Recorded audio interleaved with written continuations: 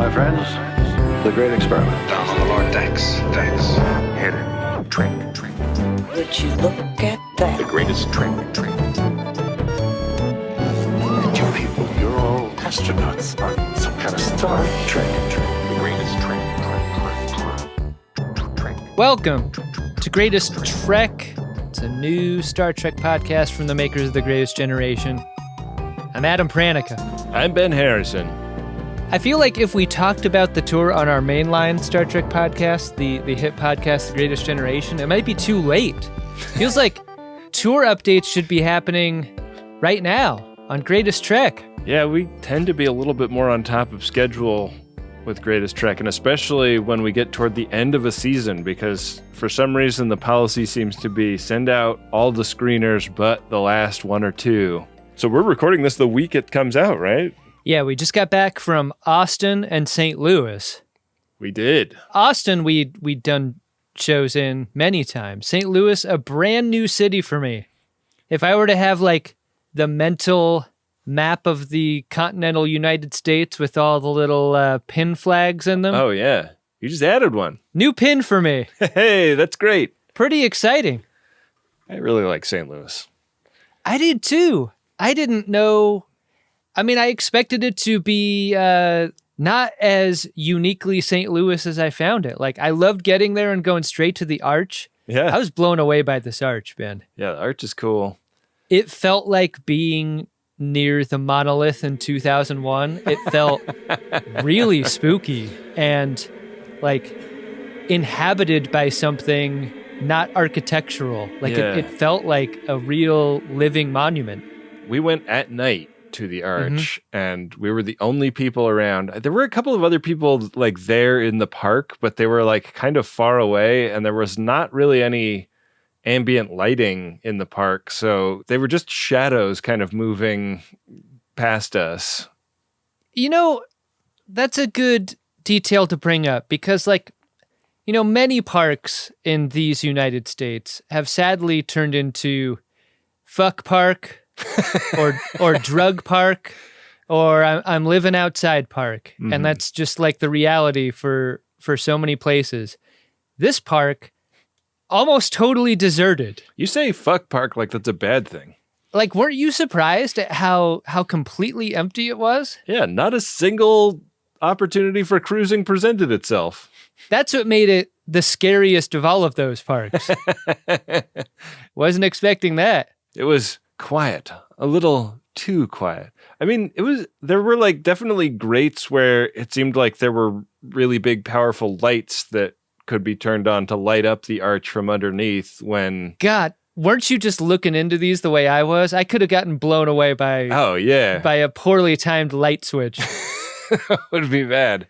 I definitely stared down the barrel a couple of times. But our shows in both cities I thought I had a ton of fun of. I tried ambrosia salad for the first time ever in St. Louis.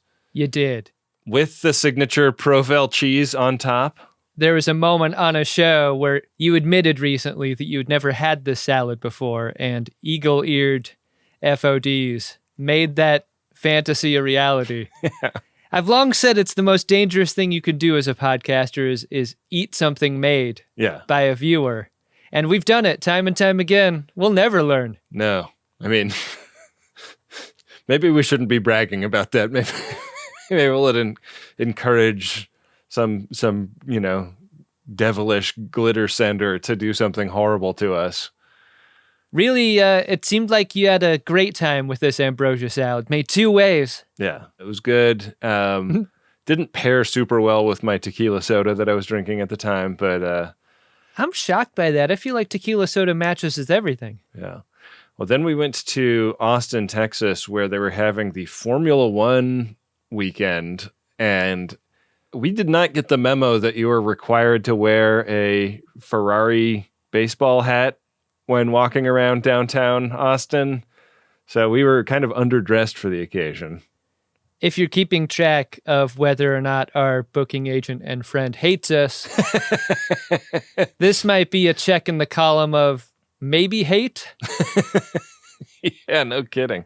Austin, a city I usually love, and this didn't change my opinion of Austin. It was just totally fucked out with people. People were everywhere. The hotel rates, astronomical. We might have taken a loss on that show just because of how expensive it was to be there. Yeah, and then we found out after the show that the venue that we played has a elevator that goes right up to the guest floors in the hotel above it, which is not true. I mean, we were on the same block in a different hotel, so we couldn't take advantage of that. Yeah. I wanted to walk out of the green room onto the elevator and into my hotel room. That would have been great. I've never been into like a prepper bunker or whatever, but it seemed like that kind of geography. Like, go ahead and get into the elevator from your hotel room and go right down into the venue. Yeah, God, that would be so cool. It would be very cool. That venue, one of my favorites over the years. Yeah. And will be closed for a while. I don't think we're saying the news out of turn, but they're going to do a big remodel and we're not going to be able to do a show there for many years. At least that's what they told us at the time. This might just be one of those things where you go out on a date with a person and they're like, yeah, the thing is I'm studying abroad for like 3 years. So this has been fun and everything, but I can no longer date you. They're just counting on us not going to Austin and checking in on things. Yeah. Yeah. Depending on how our booking agent and friend is feeling about us at the time. Yeah. They may be right about it. It's definitely possible. Well, it has been such a fun tour. We got 5 more shows left this year, and they're coming up. We got Seattle, Salt Lake, Denver, Portland, and Los Angeles, California. Yeah. Keeping it on our side of the Mississippi. Yeah.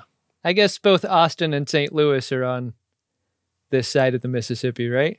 Oh, yeah. Well, St. Louis is on the Mississippi. I think we may have been on the other side of the Mississippi. No, St. Louis is on the left of it. That's is? our side. I thought it was the gateway to the west. Yeah, but you got to cross the Mississippi to make it. Why aren't there more gateways, by the way? It seems like these arches should be all over the place. Yeah, anytime somebody has manifest destinied somewhere, there should be a gateway erected in honor of that, you know? It seems like manifest destinying should have happened way more often in way more places. Yeah. It was. I mean, name one bad thing that ever came of that. Sometimes when I was in college, I would put an arch over the doorknob to make it clear that I was manifest destinying inside. I'm sure your roommates appreciated that little warning. Yeah. Do you want to get into the episode today, Adam? Sure do, Ben. The penultimate episode of Season 4 of Star Trek Lower Decks. Season 4, Episode 9. It's called The Inner Fight. You know the greatest danger facing us is an irrational fear of the unknown. I'm not afraid of a little combat. Unknown. Written by Mike McMahon. You just know the title like that somebody's going to whip out a flute and start playing it, right? Yeah, you do expect a character to live an entirely other life on another planet. Yeah. Get married, have kids, witness the birth of a space program. Very disappointed that none of that happens in this episode. And that's the end of this episode. We're not even going to review it. We're so pissed. The cold open, if you got the screeners, was 30 seconds of bars and tone. I love a classic bars and tone scene. Oh, man. I've only ever delivered one project that needed to be prepped for airing on television. So any other time I put bars and tone on anything I ever made, it was like total, like, jacking off. Like I'm making this feel more official than it actually is kind of shit. I like jacking off the bars and tone. Yeah. I think that's nice. I think that's a good move. You know what my move was with bars and tone? Is I would snip the tone into a 5 count. Oh, so it would great. go boop, boop, boop, boop, boop, and then we're in. Oh, that's great. The actual cold open that you will have seen if you watched this on television is these outpost scientists on Parasoft 9 They're fascinated with the venomous tremble lizards of Parasoft 9. They are my passion. The lower deckers are there helping them shore up their electronic frontier. This place does have an electronic frontier, Adam. It's like Jurassic Park, but for littles.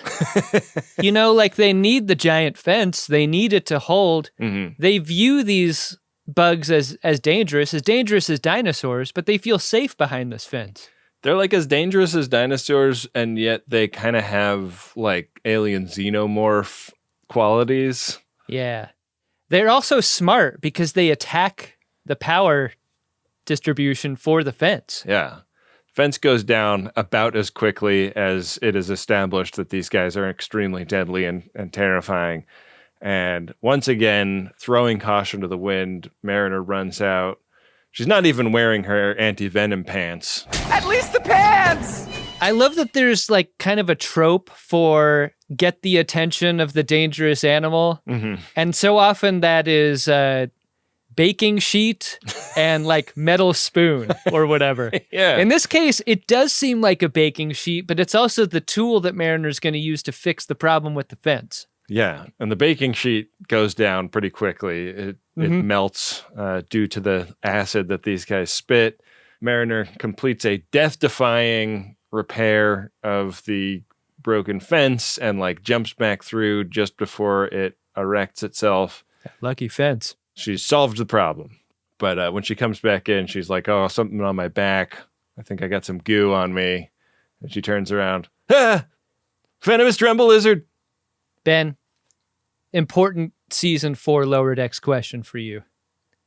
It's a gambling question also. You ready? Oh, okay. Am I being invited to put money on something? You're putting a quarter into the arcade game Lower Decks Fighter 2. On the character screen, there are 2 options for you. Oh, okay. 1, venomous tremble lizard. Okay. 2, Moopsie. Oopsie. Who's your fighter? I played Dalsum because I liked having a ranged attack. So Yeah. I think I'm going Venomous Tremble Lizard because the acid spits. Yeah, I think venomous tremble lizard probably takes out Moopsie from range, Yeah. and that is that. RSVP Moopsie, and I guess RSVP this scientist? I mean, if there's one thing we learned from Event Horizon is that you can live without eyes. Where he's going, he doesn't need those. Yeah. Yeah. This scientist who refers to having an academic romance with the venomous tremble lizard. Yeah. It appears to be a bad academic romance, wouldn't you say? Somebody has to liberate me him. You're shooting poison and popping my eyes. You're a bad academic romance. Whoa, whoa, whoa, whoa. The voice of an angel. Caught in a bad academic romance. Whoa, whoa, whoa, whoa. You're a bad academic romance. Ow, ow, ow, ow, ow. Ow, ow, ow, ow, ow. Bloodshot, bulging eyes. So we catch up with Boimler and T'Lyn. They're ambling down one of the hallways on the Cerritos, talking about what a dangerous maniac Mariner has been lately. Yeah, she's been off the rails for weeks. They kind of wander into a McLaughlin group. Issue 1. Where that seems to be the premise of the meeting. They meet up with Tendi and Rutherford, and they've all been summoned there by the captain and some of the other senior staff to talk about the fact that Mariner keeps putting herself in harm's way, and that's no bueno. Did you ever watch McLaughlin Group as much as I did? Like, do you remember the special episodes that were just one issue? I mean, I watched my fair share of it, unfortunately, due to it being slightly more acceptable to watch PBS in my house than any other channel. Sure. Yeah. Yeah, this is a one-issue group here, and the issue's Mariner. Yeah. Why is my daughter trying to get herself killed? You noticed that too, huh? I don't love this look by Captain Freeman, because she has 2 angles with which to approach this issue. I guess you could argue that she's tried already, both personally and professionally, to get Mariner to act right. But I don't love an authority figure making it a subordinate's problem to solve for daughter. Yeah. It's a bit of a strange position that she's putting the Betas in. It's got real executive having their kid sell Girl Scout cookies in the cubicles kind of energy, you know? Like, what am I supposed to do here? I don't want these. I mean, I want Samoas. I don't want anything else, but I'm going to be encouraged to get more than I need, right? You don't want Thin Mints? I think Samoa's the apex cookie. Oh, you're dead fucking wrong about that, Mount Frere. The only wrong answer is the peanut butter one. What? I think we're both right. No, but, the peanut butter one is good. Yeah. The wrong answer is the shortbread one. That one is useless. You were both right. And you were also both wrong. Here's what Girl Scout Cookie Corporation got wrong about that. They did not consider the giant blue circular tin of shortbread cookies that you can get around the holiday season, filled with 2,000 of those. And then when you finish them, you can put all your sewing stuff in there. I know. I love that about those. Yeah. Anyways, they talk about how the mission to Ferenginar was kind of the turning point, and that was, like, we remember that having been a big... That was like a couple turning points ago. Emotional nadir for Mariner. And Boimler raises the idea of, like, what if Dr. Maglimo could help her with whatever she's going through? And Freeman kind of bulldozes over that. No time for therapy. We've got some shit to do. Somebody is targeting ex-Starfleets. This is like new info from fleet intelligence that there are a bunch of people that used to be in Starfleet that are now being targeted by whatever force was pulling the strings of the disappearances of all those ships. And a list of ex-Starfleet people is read out. And Nick Locarno is on that list. And that is who the Cerritos is going to go try to find. This list also locates the episode in time, doesn't it? Because by saying Bev Crusher is ex-Starfleet, you're saying that this is before the events of Season 3 Star Trek Picard. Yeah. Somewhere in between Nemesis and Season 3 of Star Trek Picard. Which, is a kind of nerdery that gives me the chills to even know. Not so much a question, really just a comment. I'm gonna go dunk my own head in the toilet. Get a life. Love knowing Tom Riker got out of jail, I guess? Yeah, after the events of Deep Space Nine? Not in the Maquis anymore, I guess. Maquis? I guess there aren't any Maquis after the Dominion War, so. He went to a federal skin condition prison the way Tom Paris did. Got let out for good behavior. The greatest trek Is yet to come. Nick Locarno, pilot for hire. Checks out, right? Yeah, so they got to go find him, but they don't want the evident danger of that mission tempting Mariner into any bullshit. And so Tendi raises the idea that there's this satellite that sends weather data back to the Federation that has stopped broadcasting. What did you call it? What? It's a bois. Bring it on, Danger Buoy! It's a broken bois. Yeah, but it's also a satellite. We don't have a drop for satellite, though. We also don't have one for Danger Bois. We do now. Bring it on, Danger Buoy! Yeah, I guess I didn't figure on the fact that we do now. That was my mistake. So the betas are going to distract Mariner and keep her safe by taking her on this away mission in a shuttlecraft. She's excited about girls' trip plus Boimler. I was surprised because it sort of seemed like Rutherford was getting ordered along with, but no, he goes with the captain this time. Yeah. For reasons undisclosed? I guess he'd be too good at fixing the broken bois as a mission. Yeah, don't send an engineer. That would make too much sense. Exactly. So in the shuttle, they prep for launch and blast off with Mariner being super psyched about what she believes will be another life-threatening mission.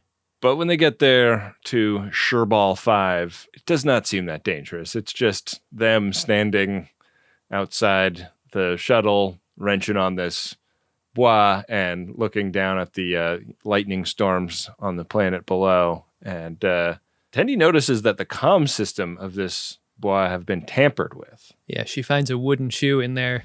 Hence the word sabotage. Huh. And we cut over to the Klingon bird of prey, and it is revealed in this scene whom did the tampering. Who? Whom? Whom? Did you turn into an owl for a second? Were you a fucking owl? Back on the Cerritos, we've pulled up to New Axton, and it has one of those cool atmospheric shields and gates for entry. There was so much in this episode that was very specifically Star Wars-y in design, and this really reminded me of the planet at the end of Rouge 1 that had that planetary shield that they had to go through. But this is New Axton, which has a lot in common with Old Axton, but by Jax's estimation is worse. Like connected to this gate to New Axton is like a shaver and a toothbrush and all the things you need, like kind of an entire bathroom in one compact unit. Wow. It's great. Yeah, that's pretty neat. What's this button over? No, don't push that. Ben, you're right about the Star Warsiness of this scene, but I would argue that there's also some aliensness in it too. There seems to be a lot of like compositional choices inspired by other science fiction franchises, like specifically that Sherbal 5 establishing shot with the green glow. Yeah. And specifically the tilt down below the planet into where the satellite Herbois is. I feel like a lot of compositions in the Alien universe occur below the planet. Totally. The docking control guy at New Axton looked very like Imperial bad guy from Star Wars. Right on down to the accent, yeah? Yeah. Now, why don't you be a good little Starfleet captain and turn that ship around? He's given them a real hard time about parking their ship near New Axton. He wants them to go fuck off to a moon. But meanwhile, this like kind of badass looking ship comes out of warp and gets to fly right past. And we even see the hollow of the pilot of this ship. He's got a real like, I'm a badass motorcycle helmet on, like those motorcycle helmets of guys that like have a little bit more to prove than other motorcycle guys. Right. The scary motorcycle helmet that has like balls hanging from it. I love when science fiction shows present a contemporary frustration. And that's what this is, right? Like this is real, like, why do they get to cut the line ahead of me kind of energy? Totally. Freeman, very frustrated with this initial reception, has them turn the ship around and go back off to the moon. Meanwhile, the bird of prey is decloaking right in front of the shuttle that the betas are on. And this is the Klingons being like really aggressive and shooting first and asking questions later because they get attacked. Like the Klingons are supposed to be friends with the Federation. This feels like the only time I can remember where there's a depiction of an attack on a shuttlecraft where the shuttlecraft is completely overmatched and destroyed instantly in a way that it should. It should be destroyed instantly. Yeah. Like, I think every other instance where this happens, like, you got a fighting chance. In a shuttlecraft? No, you don't. Yeah. The Klingons treat the shuttle from the mosquito's perspective in that they squish the mosquito. The one aspect to the emergency transport that I don't quite get is like, Tendy's on this. She's like, she gets him transported away emergency style.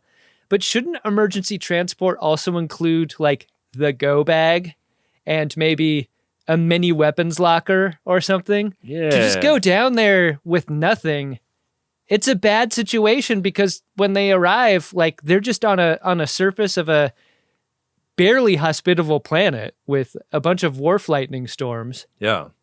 Mariner is very eager for the fray. They like hear voices off in the distance, and she wants to establish herself as the new apex predator in town. This really freaks everybody else out. They're like, hey, we just got here and this is dangerous. Can we not? This is that don't take her to a bar energy. Again, this is exactly that. Yeah. And what they find is a Romulan fighting a Ferengi, and they're fighting with spears, like kind of made out of sticks and twine and rocks kind of weapons. And it turns out this was all a ruse so that they could trap this Klingon guy who's wearing like a skull on his head and a big cloak. Yeah, he's been down there a while. Yeah. He's really acclimated to the environment. Yeah. Ben, you're an Eagle Scout, right? Oh, yeah. I've got all the badges.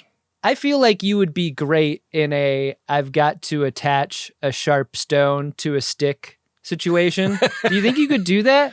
Like, I don't think I could do this. I think I could figure it out. My stone would fall off. I've spent some time in the backcountry, but it's been a long time. So maybe my confidence is overblown. Maybe I wouldn't be that good. I think I would be great at digging a hole and sticking spikes in it. Yeah. I think I would be very bad at like designing and fashioning weapons. I don't think I would be any good at like raising a huge log up into the trees so that it could come down and smash a predator, you know. I think I would be great at covering myself in mud.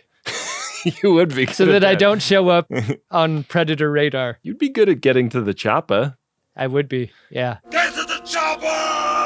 Mariner arrives on scene to get in the middle of this conflict and gets her ass absolutely kicked for it. Yeah, she gets knocked against a tree.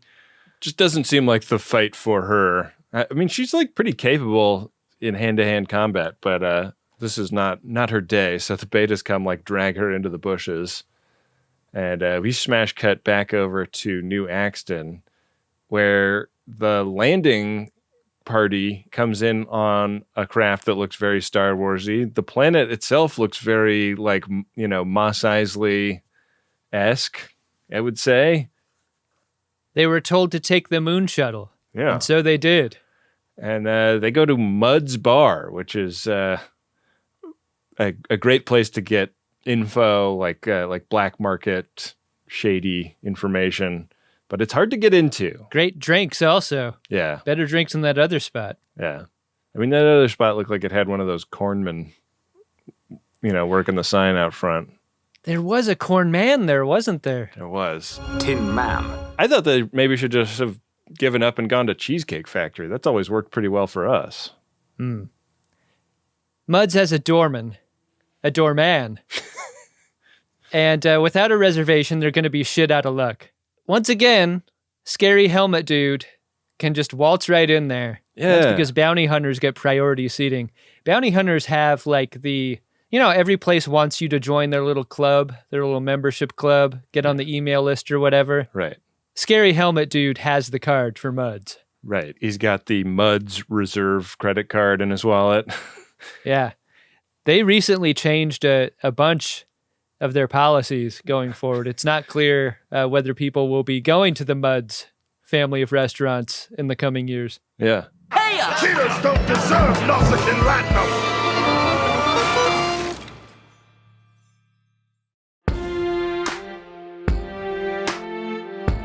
Well, it's a new ship. She's got the right name. She's got the right name. Now, you remember that, you hear?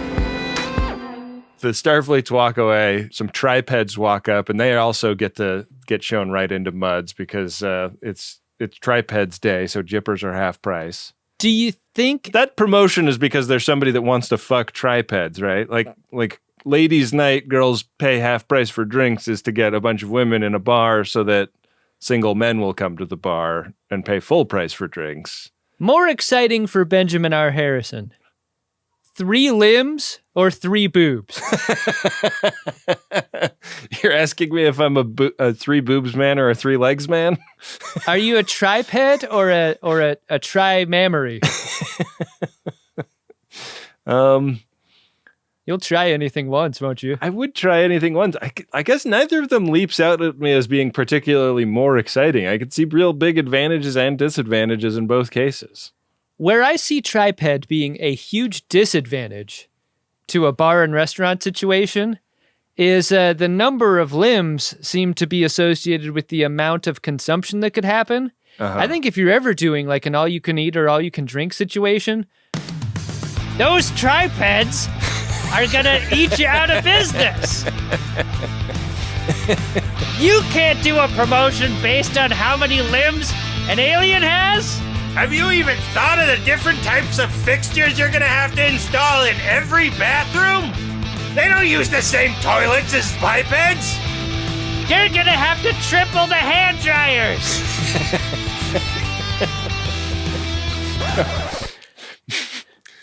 So at this point, the members of Beta Shift are fighting all kinds of different guys, and this planet is just like every type of Star Trek guy is down there. There's Cardassians, there's Romulans, there's Ferengi, there's Binars. All the folks from the cold opens this season. Right. So by the skin of their teeth, they make it to a tree. It's got kind of like an enclosure up the trunk, so they're going to be up off the forest floor and protected from the elements and catch some sleep. And this really reminded me of that scene in Jurassic Park where they sleep in the tree and they like meet the Brachiosaurus and like look out over the island. Wow. Nice pull. I was like, are they going to meet a Brachiosaurus? No. Instead, they see an opportunity. I'm sorry, I don't think so. I mean, Mariner's proposal of resting up is just a trick. Yeah. Because this allows her to get up in the night and then go off on her own. Because they see this beacon that can communicate with the satellite in orbit that they could use to make a distress signal. And they're going to try for it in the morning. But yeah, it's all just a ruse so that Mariner can sneak out and get back to fist fighting everybody that she meets. And she gets the fight she's been spoiling for. Out in the night, she encounters a Klingon ready to go. And Mariner has fighting words herself. I'm not intimidated by some tore-up Patak. And they throw down immediately. And a lot. Like, this is a pretty heavy-duty fight scene that only gets interrupted by the broken glass storm that rains blades onto them. Great scene of sound design, I think. Glass storm! Yeah. Really sounds like what the label says it is, right? It does. Yeah, they both get some flesh wounds for their trouble before they find a cave thingy to hunker down in. It's not really a cave. It's like a hollow rock, I guess. Oh, so this cave is good enough for Mariner? Huh. Good enough for you now. Yeah. I thought that this Klingon was really impressive how well he was fighting after having gotten, like, wood spikes impaled through his leg earlier in the episode. I thought this Klingon, who we learn is named Ma'ach, was impressive in every kind of way. Oh, hi, Ma'ach. Oh, hey, Johnny, what's up? I cannot fight Mariner. I can't. This guy has that familiar cadence and vocabulary that, like, fits right in with a Worf, son of Moog, with a Kern, with, like, a very specific TNG era of Klingon. Totally.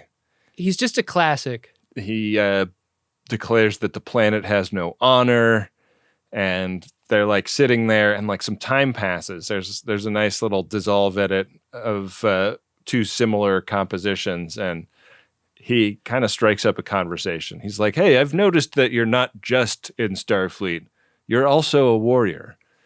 And Mariner kind of pushes back on this lightly, but they get to talking, and Mariner tells a pretty surprising story in this scene.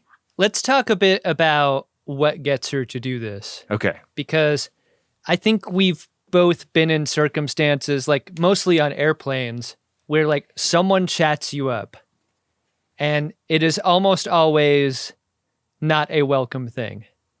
But there's something about what Ma'ach does here that's really interesting. Like, he gives an unsolicited observation Mm-hmm. that is right immediately. Yeah.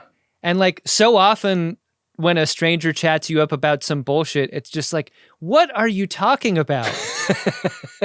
But I think it's crucial in the texture of their relationship that he begins correct and he never stops being correct. Like, he's so insightful the entire way that Mariner can only disclose what her dark secret is or what her big hang up has been the entire season. And it gets me on Ma'ach's side totally for him to just be that right that often with a stranger. Well, yeah, and like she's a single woman, so strangers don't strike up conversations with her hardly ever. So, and when they do, these are conversations she doesn't want to have. Like, she would put on her headphones were she to have them. So she tells the story of Ensign Cito Jaxa, who you will remember was part of the first duty episode. She was in the squad that pulled the Colvard starboard maneuver, but she overcame that mistake in the Academy and was stationed on the Enterprise, and Mariner was friends with her at the Academy, and Ensign Cito Jaxa did great. She excelled and got stationed on the Enterprise, but then later was sent off to this senseless death, and that death really broke Mariner's spirit and made her not ever want to have any responsibility. She didn't want to be a Starfleet officer who was in the position of being a leader of soldiers. She doesn't want to be a general. She wants to explore the universe and be the kind of captain that you would hope a Starfleet captain would want to be. I mean, Cito was also one of the original Lower Deckers. Yeah. She was the only one in the original Lower Decks episode of TNG that we'd met before. That's what I was getting at. Yeah. So I think it's only right that her story is source material for this entire show, for a main character's entire backstory. Yeah. I really liked it. I really liked the way Ma'ach talks to her about it too, because that also really reminded me of a conversation that Worf has very early on with Wesley Crusher in TNG, where he talks about how like the enemy that he fights every day is the thing that makes him, not fit in. Like, he talks about his own inner struggle. It's like one of the scenes in season 1 that really stuck with me. And I feel like that's kind of what Ma'ach is writing for. Like, you're sabotaging your career to like avoid ever having to send anyone to a senseless death. But Cito sacrificed herself so that people like you can have the kind of career that you actually want to have and not the kind that you have to have during wartime. I think the argument is only made effective because of what he says at the very end, which is Cito wouldn't have wanted this for you and your life. Like, you think you're doing this to avoid Cito-like consequences, but like if you were ever her friend, if you ever really loved her, you would also recognize that she would hate what you'd become as a result of her death. She wouldn't want this kind of life for you at all. And that seems to be like the final thing that tips Mariner over. Do you think Cito's friends with the Koala now? Do all good ensigns go to Koala? Or is she on the Black Mountain fighting her dad? I don't know. I don't know. We may never know. The greatest trick. Ma'ach gives the pit back to Mariner. He's like, you still want to fight? I think the storm's over. Let's go ahead and go. And Mariner hugs this guy to death and wins a different kind of fight. Yeah. They're allies, whether Ma'ach likes it or not. And off they go to, I guess, take over that transmitter. Mm-hmm. Do you think Kern could have been saved with a hug instead of lobotomy? It would take more than a hug to restore the honor that my brother took away from me. It is possible. However, one must hug my head until my skull pops. effectively lobotomizing me with a hug. Sending my frontal lobe to Stovo Core. Back at Mudd's, there's a passage of time that's happened here. We only know it's been hours because they're finally granted entry. Their reservation is finally ready. I wish they were given the little vibrating chip. Like, that technology should still exist, right? Yeah. They probably have that across the way. You know, I'm sure that Corn Man has vibrating puck. As much as I hate the vibrating puck, I got to admit, it is very exciting when that thing goes off. Oh, man. It makes you happy every single time. Sprinting back to the California cheesecake. Sprinting back to the California pizza kitchen when that thing goes off. You know what? That should be a new bonus episode piece of merch. The California Cheesecake Pizza Cafe. Can I make a mistake and go back and correct it without you making a joke about... I let you make mistakes all the time and they get edited out. That's not true. You suck. I'm making things funny. Oh, I think yeah. That's a big part of the show. Oh, it's so funny. We've never done a we should do that merch joke. I think that's a big part of our show. If anybody's wondering, Ben and Adam are fighting again. You're fighting with no one, man. I'm Mariner hugging my angry Klingon co-host. Remove yourself. Well, they meet one of those puppet aliens from Star Trek, the original series. He's the information broker at this bar. He seems real puppety. They start to suspect he's a puppet, and Freeman tries to like uncloak the puppet. Yeah, I mean, because that was the Corbinite maneuver trick the whole time. You think there's going to be a Clint Howard somewhere puppet mastering this guy. It turns out when you make a puppet in Star Trek, you're not just like making up a puppet design. You're basing that puppet off of an actual alien. And this is that alien. Yeah, and it really moves like that. Yeah. Yeah, it also shoots sparks out of its shoulders. That's a thing. Yeah. It's got all sorts of internal organs. One of them's got to be the spark shooter. Fun moment when Freeman picks this guy up and Rutherford is able to scan all his bones. Yeah. He can see right inside his body. Yeah. So he's very mad at being humiliated and thrashed around like this. So he's like, well, I'm going to sell this information about where Nick Locarno is, but not to you assholes. I'm selling it to that guy. And the creepy bounty hunter guy comes in, gets the isolinear chip, and walks out, humiliating the Starfleet away team in the process. This is rule of three shit again, right? Yeah, no kidding. He gets one up on him for the third time. Smash cut back to Sherbal 5. That transmitter looks just like the shield emitter from Return of the Jedi. What is going on in this episode? Yeah. Very familiar. So all of the different aliens that have been marooned on this planet are attacking each other, and Mariner like runs out and tries to call timeout. And the aliens turn and like start blaming her, and an Orion lady is about to run Mariner through with a spear when Tendi jumps out of the bushes. She was able to make it there just as fast as Mariner was, even though Mariner's been moving all night. Her royal identity gets them to stand down. Yeah. A lot of people with secret royal identities on the Cerritos between Tendi and Billups. Tendi and Billups should be an item. Yeah, except for Billups doesn't fuck, and Tendi's horny as hell. Unify that shit. Yeah.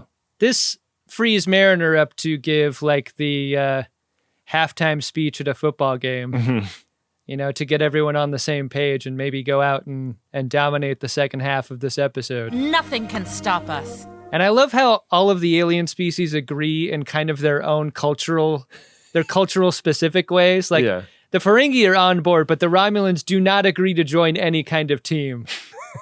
The best they can do is just sort of promise a ceasefire. Right. So as she is kind of getting them all whipped up into a captain's speech frenzy, she gets beamed off the planet, and they start freaking out. They're like, this was all just a ruse. Like, we've been betrayed by Starfleet. And Ma'ach, who, none of these people trusted before, is somehow able to persuade them that Mariner has honor and she would not betray them. She's been transported off planet not by her own doing. The last part of this episode moves really fast because we cut back to New Axton, where Freeman Scooby-Doo's the masked helmet guy into revealing that he's Billups, wearing a very sweaty, full-head helmet. Was the ship that Billups was piloting like in the shuttle bay of the Cerritos? Do they just have a sketchy ship that they can use when they need to do this kind of shit? I think if you remember that moment where the ship is seen, the Cerritos is shot very close. Yeah. Like it really fills the frame in such a way where you could imagine that this ship does come from the Cerritos. Yeah, I guess it did. Because, Billups tricked all of these people. Freeman used their biases against them. And I like that Shax and Rutherford were not read in on the subterfuge. Like, it seems a little unfair to them. Like, it basically means Freeman doesn't think that they're good enough actors to sell the disappointment of all of these different interactions. The episode does a thing to really front load the reason for this, though. Like the constant anti-Starfleet sentiments given throughout the episode really make it a pretty clean plan by Freeman in sort of aikidoing this sentiment into like using this bias against them in order to prefer the scary motorcycle helmet guy. I mean, I just preferred scary motorcycle helmet guy personally because he looked so cool. It's like, man, that guy must be cool. He has a cool motorcycle helmet. Yeah. So we cut back to Sherbal 5 and we're in orbit, and it is the Klingon bird of prey and the tilt ship right next to each other. And the tilt ship like turns and leaves. It made me wonder if that ship is working with the bird of prey or, running the bird of prey, or was the bird of prey somehow not aware it was there? Something weird about that little moment. Like, it's just presented as like, normal as hell that these two ships would be right next to each other. I mean, so normal was it that I just assumed that was the situation, that there was a professional relationship between the two. But the people on the bird of prey never talk about it. What they do talk about is like, there's the transmitter that's sending up the beacon. We got to go destroy that. So they fly down. They have to get really close to it in the valley that it's in because of the high cliffs surrounding the transmitter. And this enables all of the stranded aliens to jump off of the edge of a cliff onto the back of the bird of prey. And they follow Ma'ach into the ship. They peel back plating and go inside and take over the ship. The scene where Ma'ach kills the captain of the bird of prey is so gruesome. Because he does it with his mouth primarily. Yeah. A lot of Pepto-Bismol coming out of Ma'ach's mouth. That scene where they jump onto the back of the bird of prey has got real jumping off of an overpass onto a passing semi-truck kind of energy, right? Totally.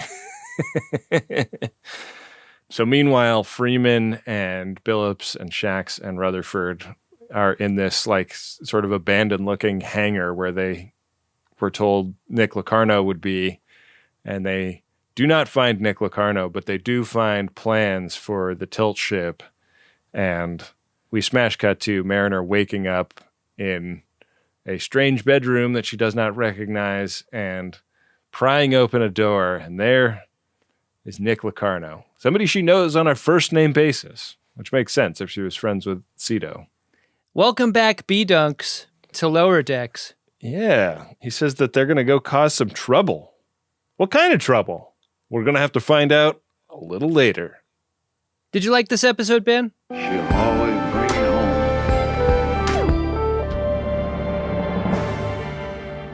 I did like this episode. I sort of was a little distracted all the way through, wondering what mean with all of the very obvious visual references to other sci-fi franchises.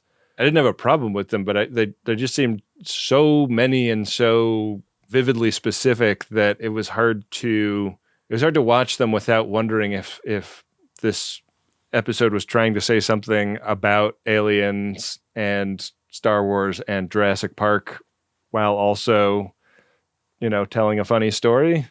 Mm-hmm. And if it was, I totally fucking missed it. Like, it did not resolve in my mind as a specific message, but it might just be an homage to all those things.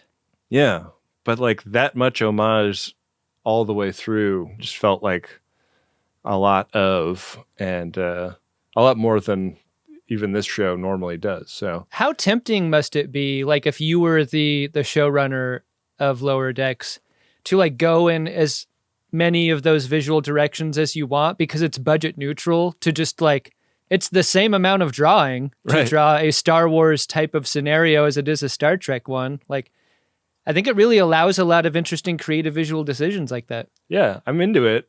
But also, like, Star Trek is such a rich universe at this point. I was just thinking about, like, when they toss off the joke about jippers are half price for tripods. That's like a deep cut joke from, I think, a Short Treks set in the Discovery universe. Like, It might have been a mainline Discovery episode, but I'm pretty sure it was a Short Treks where Harry Mudd says the thing about sipping on jippers on a beach. Mm-hmm. Like, I think about that all the time. I thought that was like an amazing sentence construction, and I want to drink a jipper. I want to drink with Harry Mudd, Yeah. I mean, he seems like an asshole, but a good hang. Right. And if you can put a little reference like that in, I think that the world is big enough that you don't have to do these homages. So if you're doing them, I would think you would want to justify it or be making a larger point in some way. And maybe my brain is just not latching on to whatever that is yet. Maybe it's something that will only be revealed in episode 10 of this season. And that seems more likely to me now, because I think one of the things that I was kind of struggling with all season was how disconnected the episodes had felt, and how the tilt ship, taking out other species ships at the beginning or ends of other episodes, felt kind of bolted on, and like it didn't have anything to do with the episodes we were watching.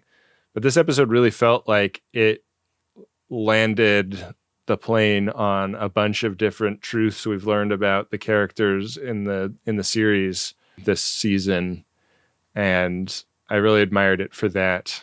And I think there's going to be something interesting to watch for in episode 10 about how this all will like sort of get pointed at lower deckers, because it seems like all of the captains of all of these starships blamed their inferiors for having betrayed them.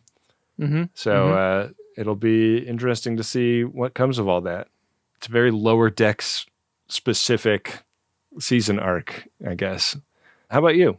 Yeah, I'm with you in how satisfying it feels to have many of these questions resolved. I think it's interesting that so many of them have been resolved before the final episode.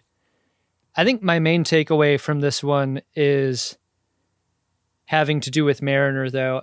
Mariner's a character that I have really liked up until maybe this moment. And I really do not understand the order of operations here when it comes to her disclosure. I feel for her, and I think we're supposed to feel for her reasons for acting the way that she does. But she's put the lives of her friends in danger over and over and over again, so many times, in so many ways, that any other crew person would have been thrown into the brig for far less. And I get that she's sad about her dead friend, but I might have rather known this truth earlier in the season than to sort of make the explanation after the fact, because it made me dislike her for many episodes, doing some bullshit that could have gotten people killed and keeping shit from her friends. Like, it's a terrible look for Mariner. And it's great that she was able to disclose this to Ma'ach, but her friends still don't know this. And maybe she will tell them in the next episode. But maybe she'll share her pain and grow stronger from the sharing. I don't think that forgives her actions. And I hope that her character isn't poisoned by them, because like her character is supposed to be fun. The sort of fun that gets it, like that goes right up to the edge without going over. And this entire season was about her going over the edge episode after episode. Yeah. And it made her less fun as a character to me. So that's where I'm at with it. The show's supposed to be about fun. Right? Yeah, I guess so. I don't know. Let's see if there's anything fun on the Priority 1 message inbox, Ben. Priority 1 message from Starfleet coming in on secured channel. Our first one's a personal message. It's from We Who Are His Wives, and it is to Ben. He was our husband. Is it me? Oh, no, I don't have 2 wives. Or more many. I mean, not that you're willing to say on the show. Message goes like this. Mzadi, happy anniversary. We love you. You are the Riker of consent, Picard of communication, and O'Brien of patience, or is it maintenance? Anyway, congratulations on the Horgon working on that FOD. Whoa. Welcome to the family, Casey. Love is infinite, just like our Thursday treks through the stars. Wow. Okay. There's a clarifying statement here in the notes column that says this. No, he's not a Mormon. He's just more man than most. Okay, so this is definitely not about me. I am less man than most. And maybe a little Mormon. It sounds like they who are his wives are having a great time with Ben, though. So that's good. Yeah. I'd like to know this Ben. Yeah. Sounds cool as hell. Yeah, he probably doesn't stumble over his words and provide delightful opportunities for comedy. Yeah. He knows what it's about. The comedy, not the being right. Does he, though? This next one's from past Scott, and it's to future Scott, and it goes like this. You did it! You went to the STL live show and even got to meet Ben and Adam. Your friends Mark and Amber are now FODs for life, despite having never heard of the podcast before. They are definitely not mad or disappointed in any way. So bask in that post-show refractory period with a tasty Chris Brenner drop. I'm Chris Brenner. Brenner Information Systems. You know, interface, operations, net access, channel 90. That Chris Brenner. We got to come up with a term for the folks that people bring to a live show, never having heard us. Yeah. Never having watched anything Star Trek. Those unlucky few. It's a small portion of every audience that we perform in front of. We should call them the X's. Yeah. Because they're going to be ex-wives or ex-friends or ex-husbands. The staff are always like super nice and, you know, they'll always be like, hey, like, I don't know anything about Star Trek, but that was really funny. You guys are great. But they got to say that. They got to say that. Yeah. That's kind of like no bits on tips. Like, that's just good, like, professional relationship maintenance. Whereas, yeah, like the sig uths and the homies that come because their friends drag them along, they're not burdened by that kind of pressure, you know? Here's what I want to say to the FODs out there. And, you know, I hope this doesn't cripple us in terms of ticket sales. Come alone to a live show. I go to comedy all the time alone. I go to movies all the time alone. You can go alone and have a great time. Don't let the need for company stop you from doing fun things. That's what I'm saying. Yeah. But also bring lots of people. Look. Don't listen to Adam. Buy 4 tickets. Come alone. I think that on balance, we win more people over than we drive away at our live shows. I think that they like our live shows. Hope so. It's very optimistic. As optimistic as the Priority 1 message writers, you can consider yourself among them by going to MaximumFun.org/Jumbotron, where the things that you write can come out of our mouths pretty soon. So get on it. Helps out the show. Great deal. It does. Hey, Adam. What's that, Ben? Did you find yourself an Edward Larkin? Edward Larkin! Yeah, I mean, it's going to be Mariner for the reasons cited in the last segment. I was about to say that she deserves to die like Edward Larkin, but that's a big statement that I don't believe. Like, did Edward deserve it? I like Mariner enough to keep her on the show, but man, you really painted this character into a corner this season by making her like this. She only got lucky no one was killed. You know what you got to do with Mariner? Shut her down! Oh, wait. Ben, I got to show you this before I ask you. I got to show you this thing I got from Taffer's Tavern. I'm showing the friends of DeSoto at home the shut it down button. Oh, boy. You want to know what it sounds like? Shut it down! Jesus. Yeah. Use the company credit card for that one. Oh, good. So glad. What about you, Ben? The Romulan captain, it's like we occasionally talk about face acting, like when you don't have a line, but you've got to get something across. Mm-hmm. And I thought the animators achieved something really great with this Romulan captain when Mariner is doing her big grandiloquent speech at the end. And she says something about like, how else are we going to get revenge? And you see his resolve to hate her kind of fail in that moment. Like, he's like, oh, yeah, I do really want to get revenge on whoever did this to us. Yeah. And it's like a very subtle moment, but I really liked it. It really stood out to me as a really nicely done bit of animation. So good job by the folks at Titmouse for that one. Yeah. Yeah. Everyone in keeping with their priorities. Big group of folks. Kind of hard to wrangle them. Yeah. Yeah, it's like herding cats trying to get a bunch of humanoids to do something.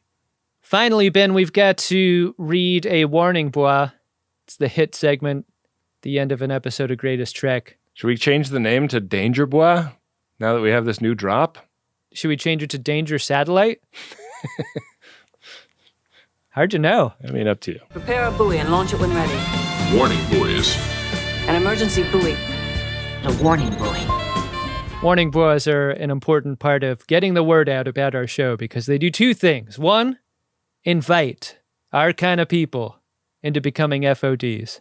And also, telling people who wouldn't be cool with our show, maybe you should go listen to something else. Yeah. Be chill. Here's a warning, bois, that comes in the form of a Apple Podcast review for Greatest Trek. Now, I know FODs listen to their podcasts on all kinds of podcatchers. I'm not here to say one is better than the other, but I will say the reviews on Apple Podcasts are meaningful algorithmically. Yeah, so if you've got an Apple device, leave one for us. It'd be really nice, and maybe you'll hear us talk about it here on this segment. So here's a Apple Podcast review for Greatest Trek. It's 5 stars. Thank you for those. Headline, The Greatest Pod. Body text goes like this. I've been listening to this and Greatest Gen for years. Best Star Trek podcasters out there. I never cease to be entertained. The details in the production are top-notch. Fire emoji. Fire emoji. Yeah, baby. This is from Mike W. via Apple Podcasts. I love this one because it also shouts out the production, an element of this show we really give a lot of thought to. A lot of thought and effort. Thank you so much, Mike W. That was very, very kind of you to say. Well, that's just about it for the show today. Thanks to everyone for listening. Can't wait for that big finale coming up next week. If we get any information about it, you'll hear about it in the credits. Take it away, Wendy. Greatest Trek is an Uxbridge Shimoda podcast on the Maximum Fun Network. It's hosted by Ben Harrison and Adam Pranica, and it's produced and edited by Wendy Pretty. We didn't get any extra information about the next episode yet, but Ben and Adam will be back next Friday to talk about the Season 4 finale of Lower Decks. At the end of every episode, we want to thank all the great people who help make the show possible, especially the Max Fun members who get access to the entire catalog of Max Fun bonus content, plus new bonus episodes coming out every month. You can set up a membership at MaximumFun.org/join, and we really appreciate it. Thanks to Adam Ragusia, who composed all of the original music for this show. You can check out his YouTube cooking channel and podcast by searching for Adam Ragusia. Thanks to Nick Ditmore for creating the show art, and a big thanks to Bill Tilley for managing all of the @Greatest Trek social media pages, which you can find and follow online. You can also join FOD run communities on Reddit at r/greatestgen and on Discord at drunkshimoda.com. Thanks for listening. We'll see you next week on Greatest Trek.